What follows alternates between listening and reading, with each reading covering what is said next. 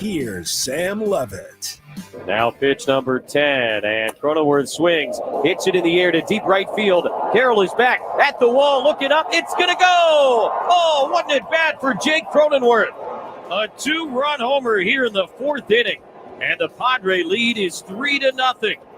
Jake Cronenworth and the Padres offense, they show up in a big way as the Padres win this series finale in Arizona by a final score of 8-2. Welcome into our Jamul Casino Resort Padres postgame show. Sam Levitt with you inside our San Diego studios. Hey, player, the Jamul Casino Resort is your place with a Lux Hotel Tower opening soon. New dining and a long list of amazing amenities. You'll have more ways to play and enjoy all the perks of your casino fun. Jamul Casino Resort, the players' place. Padres get a really nice and really much needed 8-2 win to avoid a 3-game sweep in Arizona. Padres with the win improved to 39-31. Diamondbacks with the defeat dropped to 36-35. A lot to do on our post-game coverage. We have all the radio highlights for you. We'll go back to Arizona, hear from Padres manager Mike Shildt coming up as well, your phone calls and much more. I don't usually do this on our post-game coverage, go totally off the game, but we have got major breaking news coming down in the last couple of minutes. Get this. This according to Robert Murray, who is a Major League Baseball reporter for Fansided, breaks news all the time, so it's a credible reporter. Robert Murray reporting that Red Sox superstar Rafael Devers has been traded to the San Francisco Giants. Apparently a package from the Giants to the Red Sox of Jordan Hicks, Kyle Harrison, and more. But that is huge breaking news in Major League Baseball and the National League West. According to Robert Murray, again, this coming down in the last handful of minutes, Rafael Devers has been traded to the San Francisco Giants. I mean, that's as blockbuster of a trade as you're going to see here in June. My goodness, what a piece of news we're finding out here as we begin our post-game coverage. As more news comes down on that, we will continue to keep you posted about it. We'll keep you posted on who confirms that report. But Robert Murray, the first on it on X, apparently Rafael Devers is being traded to the San Francisco Giants. Wow. All right, back to this game. That's the kind of news we had to break in and tell you about. Back to this game. We wondered three things about today's game for the Padres during the course of our pregame coverage. The three things we really wondered. Number one, could the Padres continue their offensive momentum from yesterday? And the answer to that question today was a resounding yes. We saw the Padres offense yesterday do a lot of good things, score 6 runs in the final 3 innings of the game, come back, and yes, it was a really rough ending. But offensively, you really like what they did. Big hits with runners in scoring position, and the Padres picked up right where they left off offensively here today. 8 runs on 13 hits. They had 3 hits with runners in scoring position. A big day for Fernando Tatis Jr. We'll get to him in a second. But the Padres scored 3 runs in the 4th inning.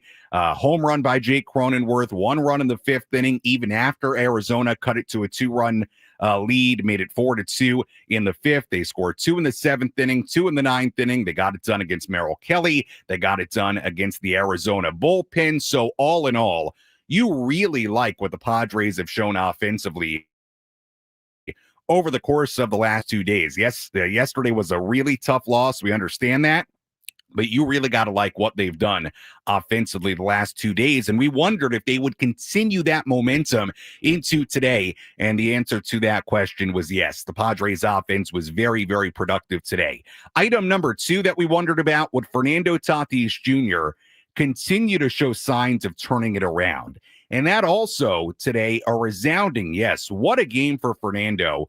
4 hits, 3 runs scored, 2 doubles, a stolen base, and an RBI. He went 8 for 13 in the series against the Diamondbacks. I mean, really showing signs of coming out of what has been a long slump.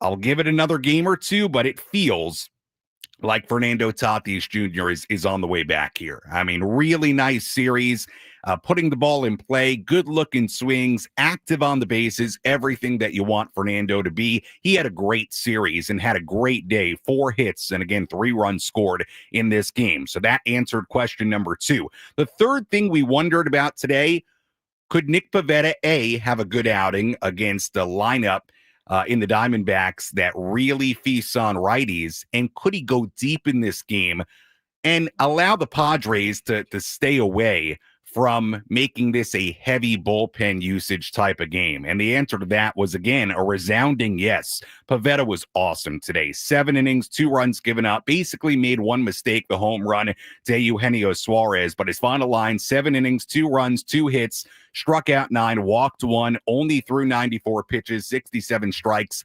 He was great. He was dominant at times, especially early on. And again, he allowed the Padres to get through this game, only having to use Adrian Morejon and Sean Reynolds. And we talked about it pregame. Today, it wasn't only about Pivetta being effective, but going deep. You didn't want to have to burn this bullpen heading into this series in LA. Padres had to use all their big guys out of the bullpen yesterday. Matsui, Estrada, Adams, Suarez, Morejon. Really rough ending. You didn't want this to be a game where all those guys got to pitch again going to LA starting tomorrow. And Pivetta was great. He provided length, and he did about all you wanted him to do in this win here today. So again, those 3 questions: could the Padres continue their offensive momentum from late yesterday? Would Fernando continue to show signs of turning it around? Could Nick Pivetta go deep and avoid a heavy bullpen usage type of game?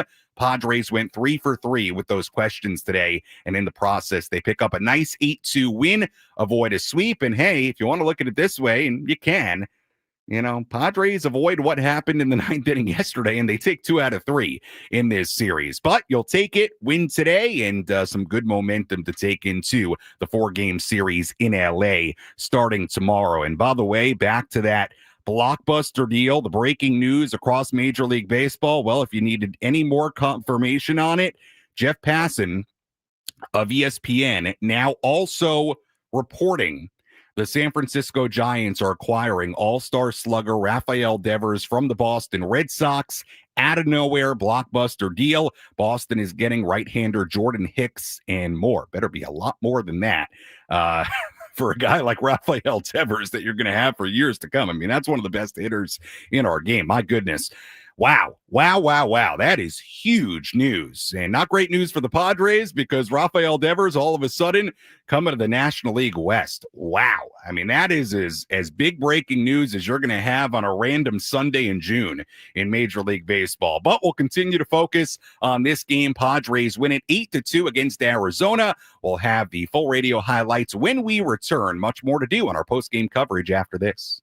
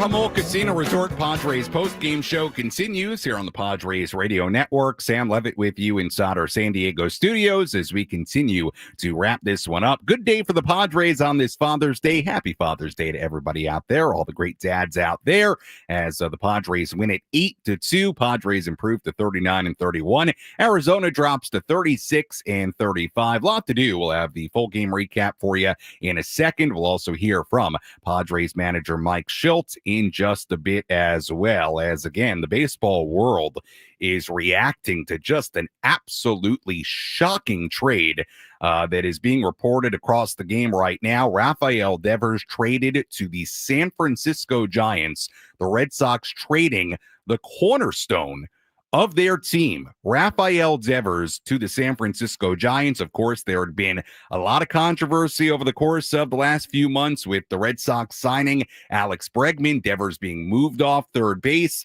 being a DH, and then Tristan Casas going down, and all this controversy with Devers not wanting to play first base, Red Sox wanting him to. We know there had been controversy there, but to see Devers traded to the Giants here in mid-June, who would have saw that coming? I mean, that is just unbelievable. Wow, that is absolutely huge news in baseball, and the NL West gets even better. How about that part of it? Man, going to the Giants of all teams. Now, he's a real good hitter. Wow, that is really big-time news. We'll digest it a little bit more, a little bit later in the show. If you want to call and react to that as well, you can a little bit later. But there's a lot to chew on there from the Red Sox standpoint. Wow, really is.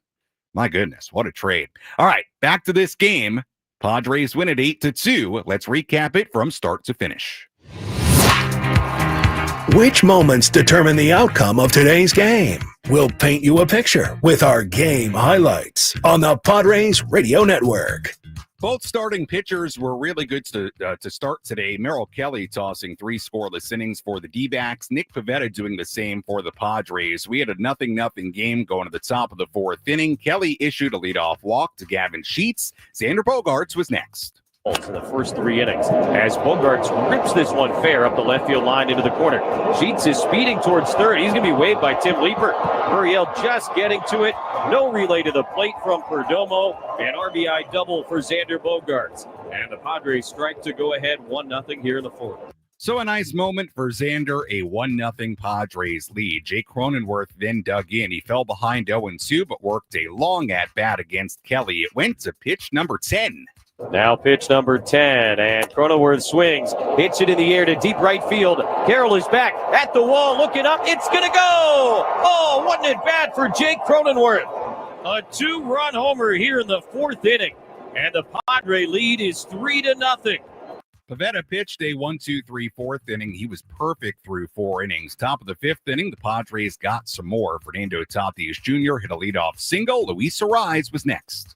Fernando runs. Arraez rips it into right field. That's a base hit. Carroll over to get it. Going to bounce and roll to the wall. Going to get a run home. Fernando will score easily. Arraez is content with an RBI double, and the Padres take a 4-0 lead. So Pivetta had a 4-0 lead as he took the mound for the bottom of the 5th. He issued a leadoff walk to Josh Naylor, first Arizona base runner of the day. That brought up Eugenio Suarez. And Suarez swings, hits it in the air to deep left center field. Lockridge is back by the big wall. This one going to go up over the big wall to the left of the batter's eye here at Chase Field in Phoenix. And the Diamondbacks' first hit of the day is a 2-run homer for Eugenio Suarez, and it's a 4-2 game here in the 5th. So just like that, the Padres lead cut in half. Padres still led 4-2 going to the 7th inning. Diamondbacks reliever Taylor Scott on the mound. Elias Diaz hit a leadoff double down the right field line. He had a real nice day. Fernando Tatis Jr. was next. 0-1 is lined into left center field. That'll get down into base hit. Gurriel over into the gap. He'll cut it off. Diaz going to score from second. Fernando going to try for second. To throw the tag, not in time. Hustle RBI double Fernando Tatis Jr. And the Padre lead is 5-2. Tatis then stole third. That was big because with the D-backs infield in, Manny Machado hit a grounder to short. Tatis had a great break from third base. D-backs didn't throw home. Tatis scored. RBI ground out for Manny. Padres led at 6-2. Pivetta pitched a scoreless bottom of the 7th inning. He was great. More on him later. 7 innings, 2 runs given up. Adrian Morejon struck out 3 in the 8th inning. Padres tacked on in the 9th inning, courtesy of Elias Diaz. Rise coming up, and first pitch swinging. Diaz hits one in the air, deep to left field. Gurriel's back to watch. It's going to go. Elias Diaz with his 4th of the year. And the Pods add on the first pitch of the 9th inning. It's 7-2. Padres weren't done. Fernando Tatis Jr. doubled his 4th hit of the afternoon. Later in the inning, it was Manny. Manny hits it hard through the left side, base hit. Manny Machado checks in. It'll be an RBI single as Fernando jogs home. And the Padre lead is now 8-2 here in the 9th. So the Padres getting 2 runs in the 9th inning. It was Sean Reynolds who came in for the bottom half of the 9th, and the tall right-hander put on the finishing touch. And Naylor swings, sends it in the air to very deep center field. Lockridge has room. He's back, and he makes the catch to end a 1-2-3 bottom of the 9th inning. Padres avoid the sweep with an absolutely complete 8-2 win over the Diamondbacks on this Father's Day. Very, very nice win for the Padres as they salvaged the finale of this 3-game set in Arizona. Again, the final score, Padres 8 and the Diamondbacks 2. 8 runs, 13 hits, no errors for San Diego. 2 runs, 3 hits, and no errors for Arizona. Winning pitcher in today's game, Nick Pivetta, well-deserved win. He improves to 7-2. It was Merrill Kelly who took the loss. He drops to 6-3. Padres will head on to LA, first game of a 4-game series beginning there tomorrow. And by the way, the Giants and the Dodgers are just now getting underway Sunday Night Baseball in LA. Here's another really fascinating part of this Rafael Devers trade reportedly going to the San Francisco Giants. A huge news right before we came on for our post-game coverage. Kyle Harrison, the left-hander, he was slated to start today's game in LA for the Giants. And from what I can tell on X, some of the Giant and Dodger beat reporters on there that I follow, from what I could tell, Kyle Harrison was warming up in the bullpen in LA, getting ready for this start, and I think stopped warming up.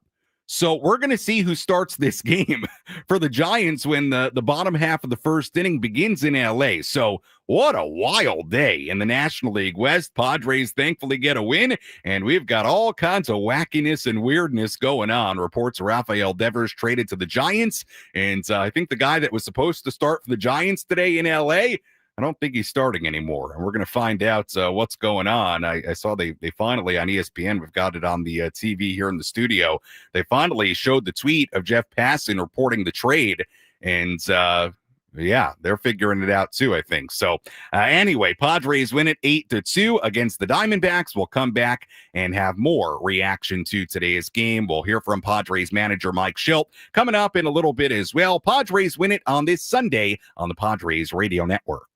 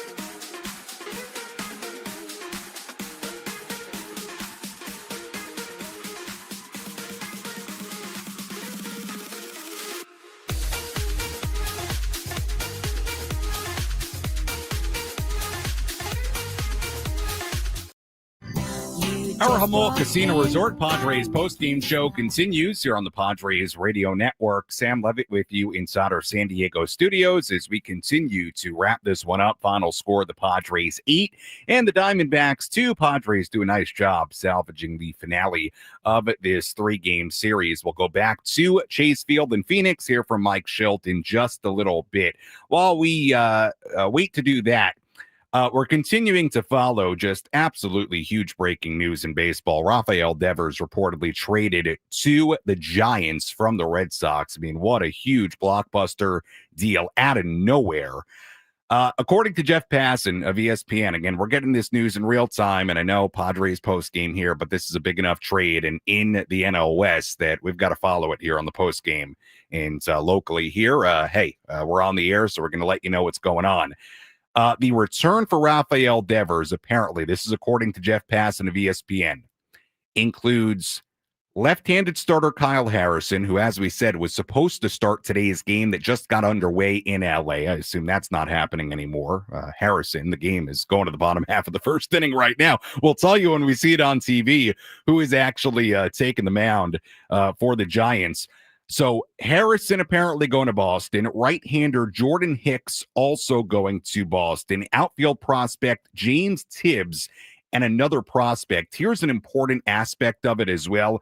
The Red Sox apparently not sending any money to cover the remaining $250 million plus on the Rafael Devers contract. So that is a significant part of it. The Red Sox are not going to cover any part of the deal. The Giants will absorb that entire contract, which, you know, to be honest with you, for a guy like Rafael Devers, as great a hitter he is, I mean, that's not a bad deal. I don't recall how many years left Devers has on that deal, but he signed that extension not that long ago. I mean, to keep him in Boston for a really long time. So I'd have to go look at how many years are left. Maybe somebody in the YouTube chat can tell me quickly how many years are left, but the Red Sox will not cover any of that money. So the Giants are going to take the contract. That might be why that seems like a light return player-wise for a player of Rafael Devers' caliber.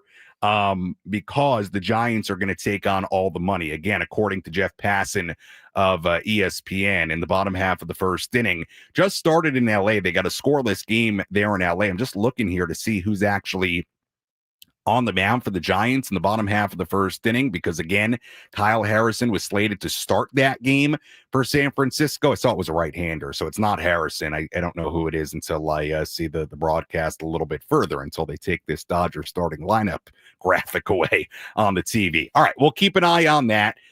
Who is it? It's Sean Jelly who's starting for the Giants, so I would assume a bullpen game for them. So Harrison, obviously, if we needed further confirmation, not starting this game in LA. Why is he not starting? Because he just got traded to the Red Sox. Wow. What news in baseball as we come on the air for our post-game coverage. All right, back to this game. Padres win it 8-2. What did you like about this game? The offense was great. 8 runs on 13 hits. Fernando Tatis Jr., another big day. 4 hits, 3 runs scored, 2 doubles, and an RBI. He continues to show serious signs of really coming around. He had 8 hits in this series. Luis Arraez had an RBI hit. Manny Machado had a hit and 2 RBIs. Jake Cronenworth had a 2-run home run. Xander Bogaerts had an RBI double to make it 1-0. Brandon Lockridge made a great play in center field, had a base hit. We'll hear that catch a little bit later. Elias Diaz, a really nice day, a double and a home run. So offensively, everything really, really nice for the Padres. And Nick Pivetta, big story of this game, 7 innings, 2 runs given up on 2 hits. He struck out 9, walked 1, 94 pitches. Again, we had questions about the offense coming in. Could they continue the momentum from late yesterday? They did. And we wondered if Nick Pivetta could put together a really good start against a really hot Diamondbacks lineup that feasts on righties and also provide length, so the Padres didn't have to use the bullpen so heavily today, and both those things happened. Offense was great. Pivetta was great. Let's hear some post-game reaction.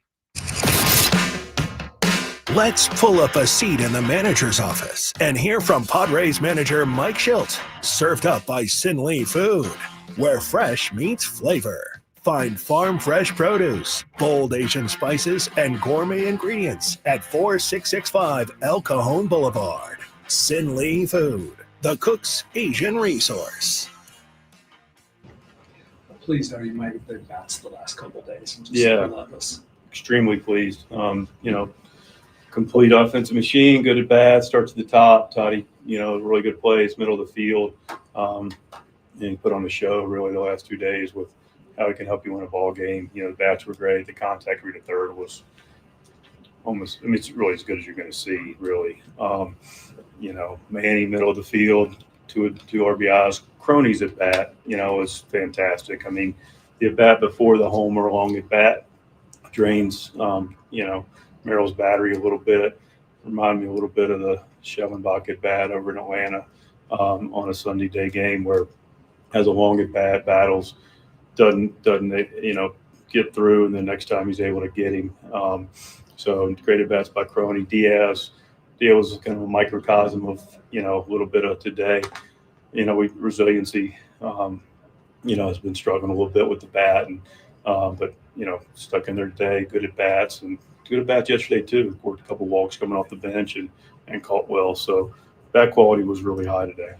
You've talked about a little bit during this time that Toddy was maybe struggling a little bit. The other things he brings that you appreciate, and if you meld those two things together, what does that do? The energy and everything. Yeah, I mean the energy is contagious. The the style of play sets the tone. He does that. Best player on the planet. He just is. And I don't like to say that because I don't want it to be a burden to him, because that's a heavy one to carry. But the reality is when he's able to put his whole game together, it's just a dynamic force that absolutely beats the other team. Was this just Nick being back that guy, setting guys up, going up high? Like it just seemed like this was one of Nick's dialed-in games. Yeah, he was dialed. I think there's no question that the description's accurate. Throwing it where he wanted to. The breaking ball was good. Sweeper good. Fastball good. Fastball where he wanted it. Fastball at the top when he needed it.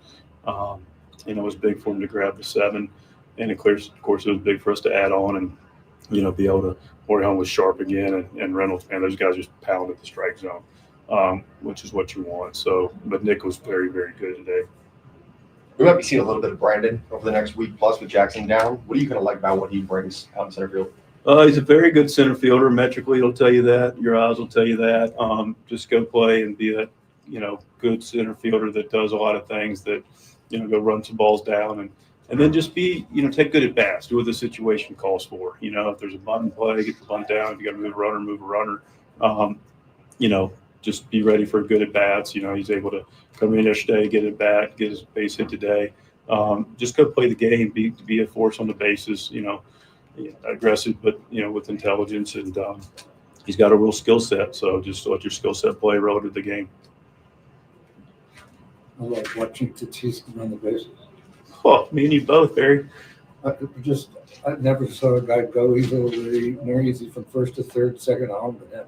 It's one of the most, there's been a lot of great athletes that have played our game and are currently playing our game. So we don't want to minimize other athletic on the field, but oh my gosh, the ground he covers and the speed in which the explosiveness is, it's one of those guys that, at least for me, you're managing the game, you're into the competition, you're into the strategy, and then you just stop and go, I just need to watch that.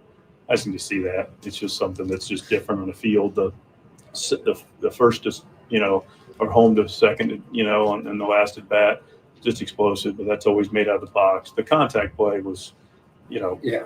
I mean, it's ridiculous. On the double? Yeah. I mean, I was hanging out of the corner of my eye, I'm watching the double, and then I'm watching him. That's all I cared about. I wanted to see how fast he was going to get home. You just want to watch it. And he just got home standing up. Yeah, he's one of these guys. Not many broke people. a sweat. Yeah, nobody really outruns a baseball, but he's one of the few guys that runs with the baseball.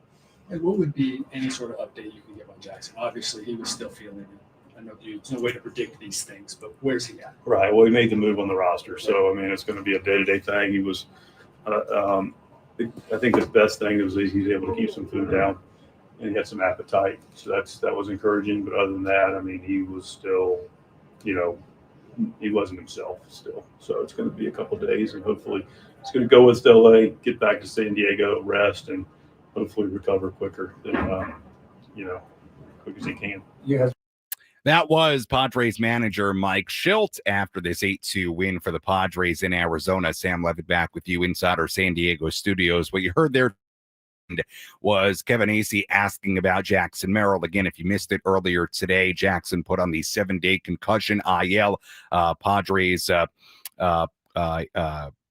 calling up Trenton Brooks to the major league roster earlier today from AAA El Paso. So that was the move earlier today after Merrill had that hard tag on the helmet yesterday, clearly very shaken up. So it wasn't a huge surprise that he was put on the concussion IL today, but that'll keep him out for at least a little while. You heard their plan is for Jackson to go back to San Diego, rest. Obviously, that makes a lot of sense because he won't be available for the series in LA. So hope Jackson's feeling better. That was a scary moment yesterday, and so hope he continues to improve. But again, Jackson put on the 7-day concussion IL earlier today, so he's going to miss at least a little bit of time. Padres win it by a final score of 8-2. 39-31 Padres record now at the end of the weekend. Diamondbacks dropped to 36-35. We'll step aside. When we come back, we'll talk more about the defense the Padres played in this game. We'll take your phone calls if you want to get them in. 833-288-0973,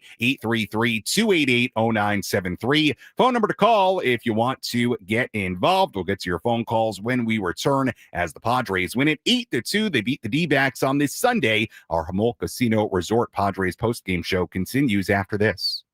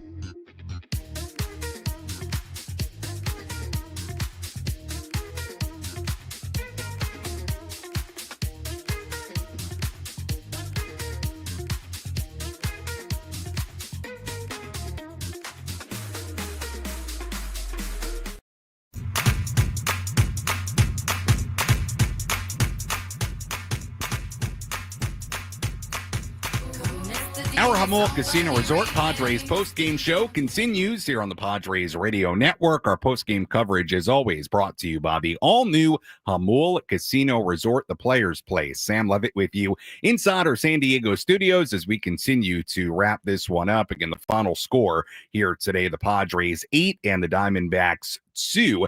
Padres finding a nice way to wrap up this series, hopefully take some momentum to Los Angeles as they begin a 4-game series against the Dodgers in LA tomorrow. Dodgers and the Giants playing right now in LA at Dodger Stadium. Second inning there. Dodgers have a 1-0 lead. We'll have a full look at the out-of-town scoreboard coming up a little bit later. Again, the big news, and we'll continue to tell you about it because I think a lot of people hopping in the car or tuning into our post-game coverage that's out of big news in baseball in the NL West. Rafael Devers reportedly traded from the Boston Red Sox to the San Francisco Giants. And I was thinking about a couple of thoughts on it, just as I keep thinking about it during the breaks.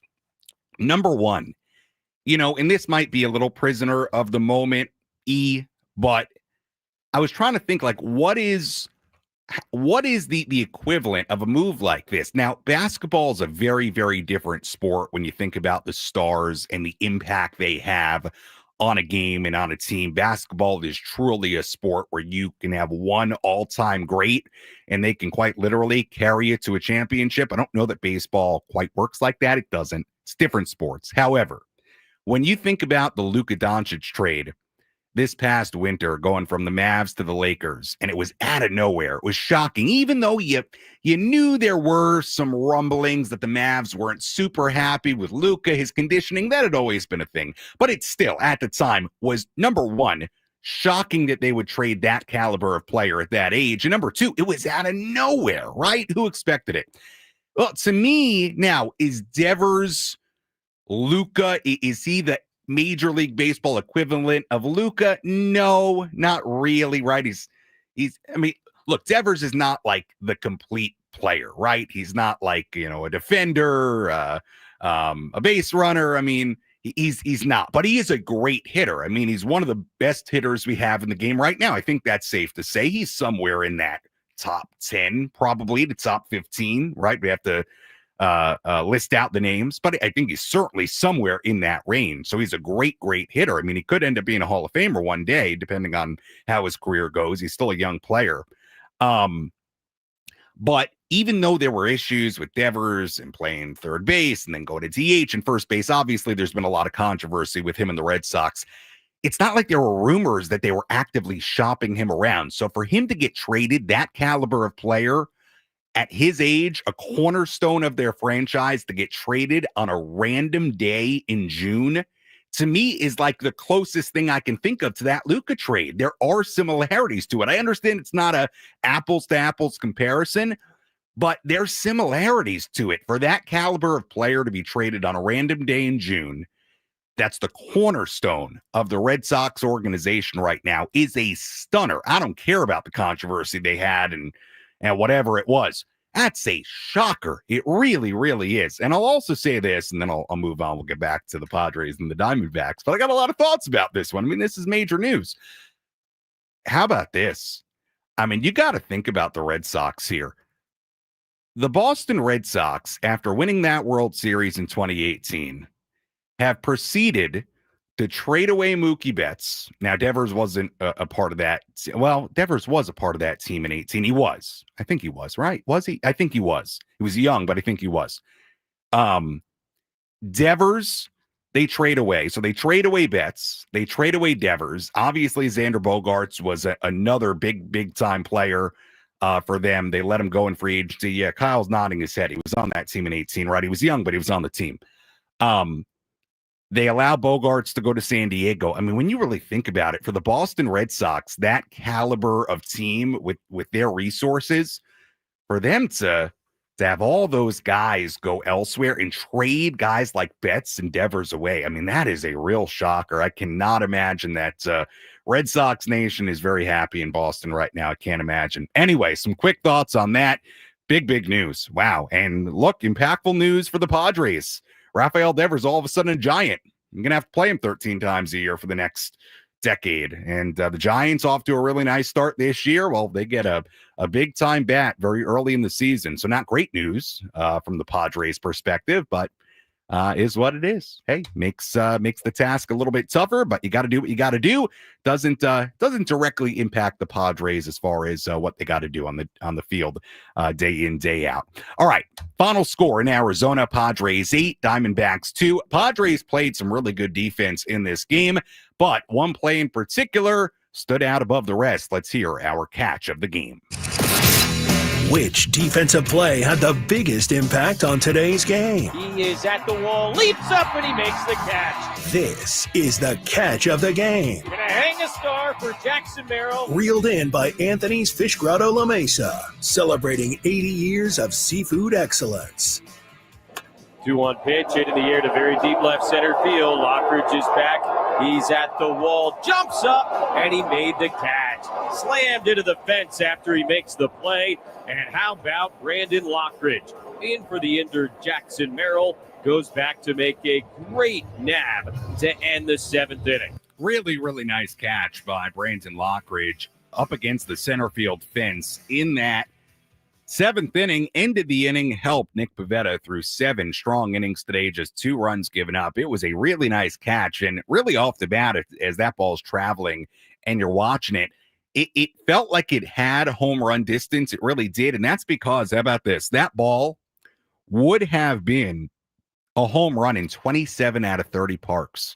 That home run off the bat of Gurriel. And also, if it does get out, it's a 2-run home run, makes it a 2-run game again. Would have made it 6-4. So you got a ball game in the 7th inning, a 2-run game. So the fact that it didn't get out, Lockridge stayed with it. That's not an easy play because you have in Arizona that overhang above that really deep part of center, that overhang that actually I think comes a little onto the playing field. So you're dealing with that.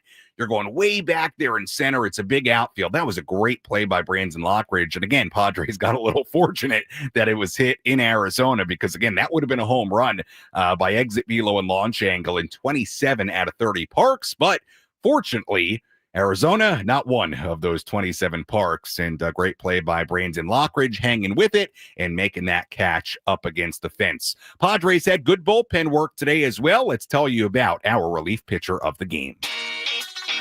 Which pitcher entered the game and slammed the door shut?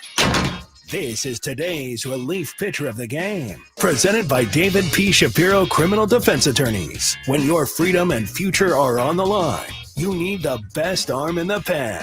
Visit davidpshapirolaw.com. Our relief pitcher of the game, we'll give it to Adrian Morjon. I was really impressed with Adrian today. He was really, really sharp. He did allow a 2-out single, but he struck out Tim Tawa, pinch hitter, struck out Randall Grichuk, a pinch hitter, struck out Corbin Carroll looking. I thought Morjon was really, really sharp in this game. A scoreless 8th inning. Sean Reynolds really good as well, struck out 2 in the 9th inning. So nice job on the Padres bullpen. Morjon and Reynolds both would have been deserving of relief pitcher of the game, but I thought Morjon's stuff just looked excellent today. So he'll get relief pitcher of the game as the Padres win it 8-2. Very nice game for the Padres. You love what Fernando Tatis Jr. did, 8 for 13 in this series. Recap his series as a whole: 8 for 13, a couple of doubles. He stole a base. He scored a grand total of, I think it was 5 runs. Let me update the numbers here. Give me one moment here.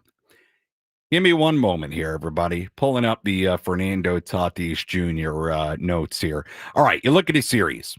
He went 8 for 13. He scored a grand total of 6 runs. He stole a base. He had 2 doubles. He had 3 RBIs.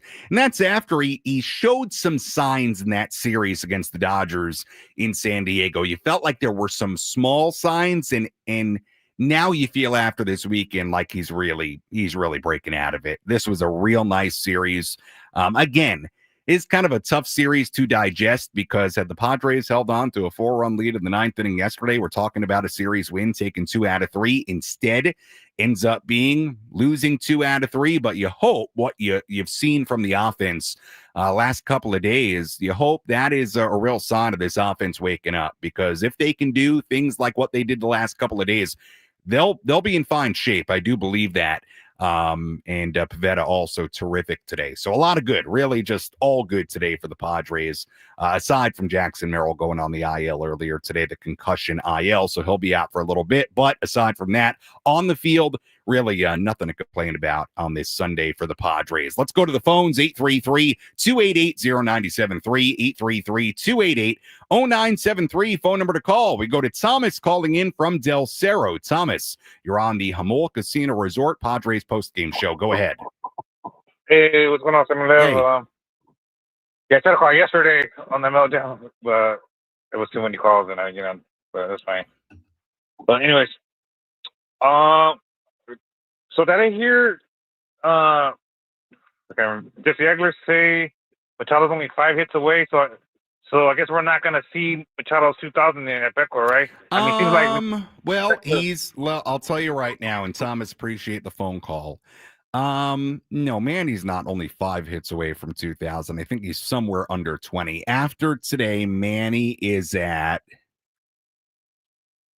1,984 hits. So he is 16 away from 2000 on his career, which is going to be a wonderful moment and a tremendous milestone for Manny.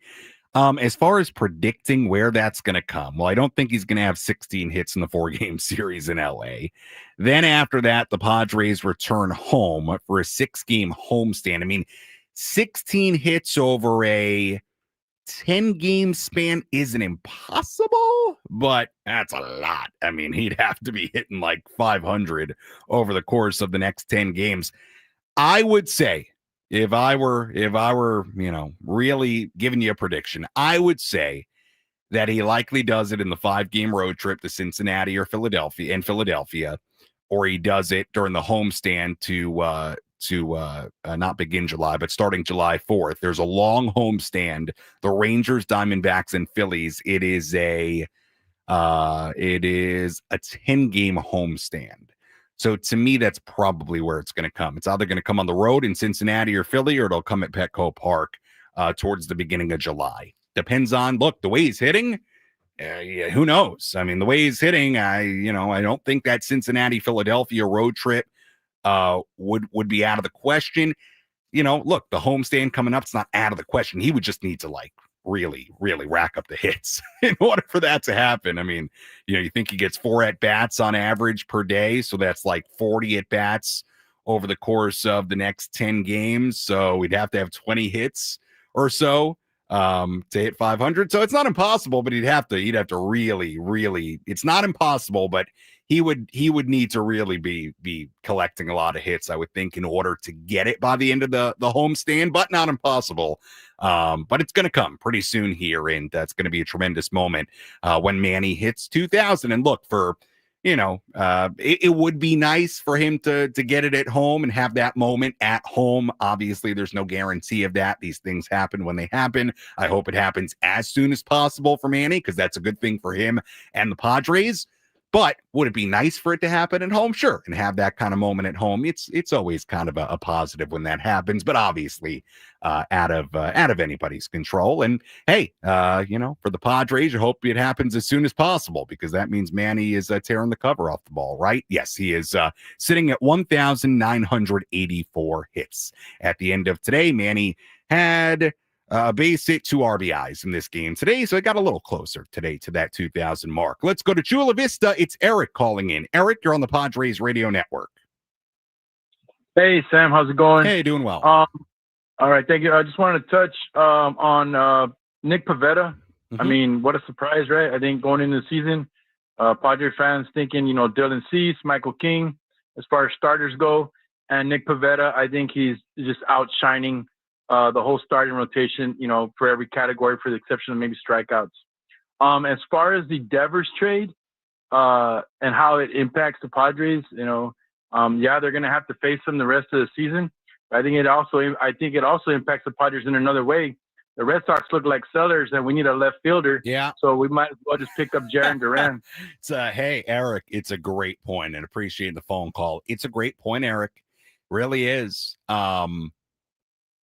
It does make you wonder a little bit. It does. And you know what? The Red Sox have been playing well. They just swept the Yankees. I mean, how weird is that? They sweep the Yankees and then they trade Rafael Devers. What a bag of mixed emotions if you're a Red Sox fan. It's a good point, Eric. I don't know what kind of impact it has on it or not. I mean, on one hand, this trade for Devers is like such a blockbuster that I think it goes so far beyond just this season. However, when you're trading that caliber of player away, it's pretty hard to turn around and look at your fans and say, we're trying to win this year.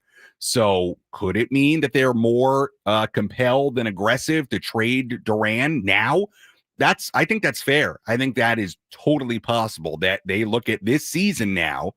Because, hey, you trade Devers, you're not making the move for Devers for now. You can spin it any way you want, and they're going to get some major leaguers back. But you didn't improve your lineup by trading Rafael Devers. So it is certainly more a move for the future. And look, there is so much more that goes into this Devers trade than that. I mean, we're going to get story upon story of the disconnect between the Red Sox and Devers, because you just don't trade a player like this on that kind of contract, cornerstone of your team. You don't trade him unless there's real issues there. So we're going to find out a lot over the course of the next 24, 48 hours. I'm sure of it. But I think it's a totally fair thing to think about. Does this mean they're more willing to part with a Duran? And does that mean, hey, you don't got to give up as much because we want to get rid of him? I don't know the answer to that question 100%, but it is possible, Eric. So it's kind of a fascinating little Padres twist into this if Duran is a target of AJ Preller and company. Stay on the phones, 833-288-0973. Phone number to call. Again, Padres win at 8-2 against the Diamondbacks on this Sunday. Go to Ramona. It's Charles. Hi, Charles. Hi. Hello. Hey. How are you doing today? I'm doing great. So just a question, with this big trade that just happened. Yeah. Is that a signal to the rest of the league that the Red Sox are selling? Could that be an opening for us to go and get Duran? Yeah, Charles. Hey, Eric had a similar point. I mean, look, I'll say the same thing to you that I just said to Eric, and that is it could be, it would make a lot of sense. I mean, if you're trading Devers, obviously, I think this is so much more than just like, hey, we're not trying to win this year. Here's Devers at the deadline. That is not what this deal is. However, does it make them a worse team right now this year? Yeah. Does it mean that I think they would probably be more willing to part with a Duran? Yeah. So could it bring the price down for a Duran? Maybe. It could. It's an interesting thought, Charles, and Eric had the same point. It could. Could it make it more likelier that the Padres make a move for somebody like that because the Red Sox are more willing to make a deal? Sure, could be. I don't know it 100%, but it could be. It would seem to me like if you are trading Devers, you are opening yourselves up to really sell off here this season. That would make sense to me. All right, we'll get more to your phone calls, 833-288-0973. When we come back, full look at the out-of-town scoreboard, play of the game, wrap things up, get you ready for the series in L.A. Padres win it 8-2 as they salvage the finale of this 3-game set. More after this on the Padres Radio Network.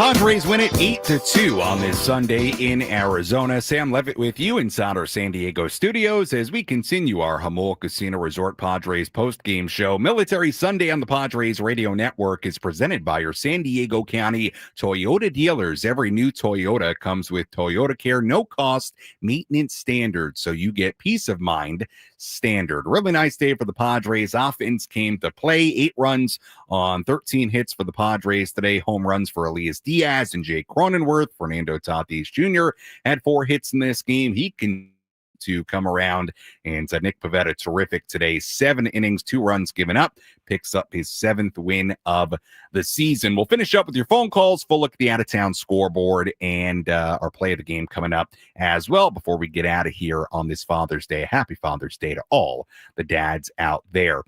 One more thought on the Devers thing, and again, I bet there are some people out there like, all right, Sam, we get it. Look, hey, it's a really big trade, and I think does have some Padres tentacles to it, because you start thinking about Duran, and if that becomes we kind of heard the reporting that maybe it is a target for the Padres, and it does make you wonder there. I thought there was a good comment here on our YouTube stream that I want to bring up, and it's a D. Melita commenting. Made a good point. He wrote, Red Sox saved that $280 million. I don't know that it's quite 280, but I think it's somewhere over 250. D. Melita saying, I think they may use that to go for their own blockbuster deal, and my guess is that they will go for Paul Skeens next offseason. Well, it's an interesting point to think about. Okay, and we heard the reporting earlier that apparently Giants are going to cover all the money of Devers' deal. So the Red Sox all of a sudden are freed up of a huge contract. So it is interesting, because you kind of think to yourself, okay, on one hand, does this mean the Red Sox are going to kind of sell off this summer? But it also, they could go the other way and say, hey, we got all this money to spend now. We can make a big deal, acquire a big contract. We can, get aggressive. It's just an interesting trade. It really is. So that's a good point. Could go a couple of ways from a Red Sox standpoint, because to be honest with you, coming into the year, it's not like they were punting. They signed Bregman. They traded for Crochet and signed him to a long-term deal. Again, this idea that the Red Sox are selling off, on second thought, I don't know how true that is. I mean, it's just such a weird deal in timing and type of player to trade at this point. So who knows? Let's go to Peter calling in from San Diego. Hi, Peter. You're on the Padres Radio Network with Sam Levitt. How are you? Hey, Sam. It's been a little while since I last talked to you. I wanted to, obviously, a great Padre victory today. It's always good when the offense comes back and, shows up the way they did. But I also did want to give you, as a New England transplant living here in America's finest city, wanted to give you a little bit of a Red Sox fan perspective on this trade and what to look out for if I'm a Padre fan. Nail on the head right before you took my call. This was a cash dump, because the Red Sox early reports, and obviously I follow a lot of stuff being originally from back there. Yeah. Early reports are coming out that the Red Sox felt that being a cornerstone player with that type of contract, they should have never had the issues that they did in regards to having him play third, having him play first. It's just, the Red Sox are the biggest soap opera in the American League right now, pretty much all of baseball. Yeah. And, as a fan my whole entire life, this doesn't surprise me, because, they can blame the GM as much as they want. They got the number 4 prospect out of San Francisco, another outfielder. Last time I checked, the Red Sox need no more outfielders. They got them really young and really good. So I'm looking at this from a Padre perspective out here. Like you said, if the Red Sox don't do anything with the money they freed up, and they freed up a huge chunk, then it's one of the worst trades, probably worse than the Mookie Betts trade, in my opinion, because you end up getting the number 44 prospect.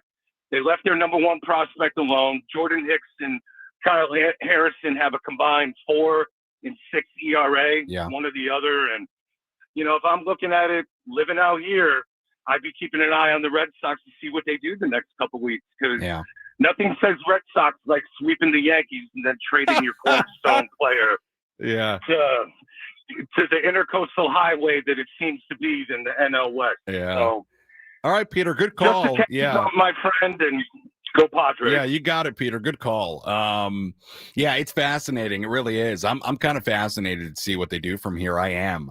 What it means for them in general moving forward, but also what it means for the rest of this summer and what they do. Again, this was a team that was playing better. To give you an idea, they moved to 37-36 today. They swept the Yankees, so they're playing better. It was a team that made moves in the offseason, the signing of Bregman, Crochet. Look, it's an interesting thought with Devers of, yes, cornerstone guy. Clearly, there was a lot of friction there about the position and getting moved off third base and not being willing to play first base. It's still a stunner that you couldn't find a way to work that out, even if you don't love Devers. If there's things about him you don't love, whatever the issues were, still to trade him, the cornerstone of your team. I mean, that takes some guts. It does, from Craig Breslow and that front office. And again, I think Peter makes a good point. It could have some Padres tentacles to it because, hey, does this mean that they are more willing to trade Duran, or maybe not? They've got Roman Anthony now up. They've got too many outfielders. It's interesting to think about how this could actually relate to the Padres and the big picture of this summer and possibly the trade deadline. So we'll kind of leave the conversation there. I'm sure our friends at Ben and Woods will have much more to say about it at 6 a.m. tomorrow morning. A lot going on around the major leagues today. Let's take a full look at the out-of-town scoreboard. Let's take a trip around the bigs to highlight the scores that matter most with our out-of-town scoreboard. Presented by Jensen Premium Beef Patties. Always a hit for grilling. We have one game going on right now. Dodgers beating the Giants 2-0 in L.A. Third inning there. Everything else has gone final. Reds beat the Tigers 8-4 in Detroit. Ellie De La Cruz, a home run in that game for the Reds. Orioles beat the Angels 11-2 in Baltimore. Former Padre Gary Sanchez, a grand slam in that one for the Orioles. Rockies beat the Braves 10-1 in Atlanta. Marlins beat the Nationals 3-1 in D.C. Red Sox beat the Yankees 2-0 at Fenway Park. Rafael Devers hit a solo home run in this game, apparently his last home run as a Red Sox. Phillies beat the Blue Jays 11-4 in Philadelphia. Rays beat the Mets 9-0 in New York. Jonathan Aranda, big 2-run double in that game for Tampa Bay. Astros beat the Twins 2-1 in Sen in Houston. A's beat the Royals 3-2 in Kansas City. Nick Kurtz, the game-winning home run in that game, had a home run in the ninth inning for the A's in that one. Brewers beat the Cardinals 3-2 in Milwaukee. Cubs beat the Pirates 3-2 in Chicago in the 10th inning. Ian Happ won it with a walk-off hit in that game in the 10th for Chicago. Rangers beat the White Sox 2-1 in Arlington. Mariners blanked the Guardians 6-0 in Seattle. And again, the final score, Padres 8, Diamondbacks 2 in Arizona. Well, we wondered in the pregame today, we actually talked about it in our What to Watch For segment, how home runs could play an impact in today's game. And we pointed out in the last 16 games, Padres had only hit 7 home runs, 4 by Manny, 2 by Gavin Sheets, 1 by Martin Maldonado. That was it. Well, feels like we were on to something because the Padres had 2 home runs in this game, and neither were from any of those 3 guys. Not from Manny, not from Sheets, and not from Maldonado. So 2 guys that hit home runs were guys that had not hit them in a while, including Mr. Cronenworth. Here's our play of the game. The line between winning and losing can be razor thin. Which play was the difference between victory and defeat? This is today's play of the game, presented by Bill Howe Plumbing, Heating, and Air. Now pitch number 10, and Cronenworth swings, hits it in the air to deep right field. Carroll is back at the wall, looking up. It's going to go! Oh, wasn't it bad for Jake Cronenworth? A 2-run homer here in the 4th inning, and the Padre lead is 3-0. Jake Cronenworth, the home run in the 4th inning, made it a 3-0 game. Padres scoring 3 runs in that top of the 4th inning for Jake Cronenworth, his 5th home run of the year. Elias Diaz, a home run in the 9th inning, his 4th of the year, and that extended the Padres lead to 7-2. Padres would go on to make it 8-2, and they go on to win by that final score. So a good day for the Padres offense. Great day for Nick Pivetta. He went 7 strong innings, picked up the win, allowed just 2 runs on 2 hits. As always, if you missed any portion of our post-game coverage, you can go back and listen to all of it on the Inside San Diego Baseball podcast feed. You can find it on the Odyssey app or wherever you find your podcast. You can also go back on the 97.3 The Fan YouTube channel and watch any portion of our post-game coverage there as well. Looking ahead to tomorrow, first pitch in LA, game 1 of a 4-game series against the Dodgers at Dodger Stadium. First pitch tomorrow at 7:10 p.m. Our pregame coverage from Dodger Stadium will begin at 6:10. Right-hander Dylan Cease on the mound for the Padres tomorrow. Right-hander Ben Kasparius listed as the starter tomorrow for the Dodgers. Again, first pitch at 7:10. Our pregame coverage begins at 6:10 as the Padres continue this 7-game road trip with the opener of a 4-game set against the Dodgers. Taking a look at the final totals here today for the Padres: 8 runs, 13 hits, no errors. They left on 6. For the D-backs, 2 runs, 3 hits, no errors. They left on 2. Nick Pivetta, the winning pitcher, he's 7-2. Losing pitcher was Merrill Kelly, who drops to 6-3. Time of game, 2 hours and 33 minutes. And the crowd at Chase Field in Phoenix, Arizona, 42,676.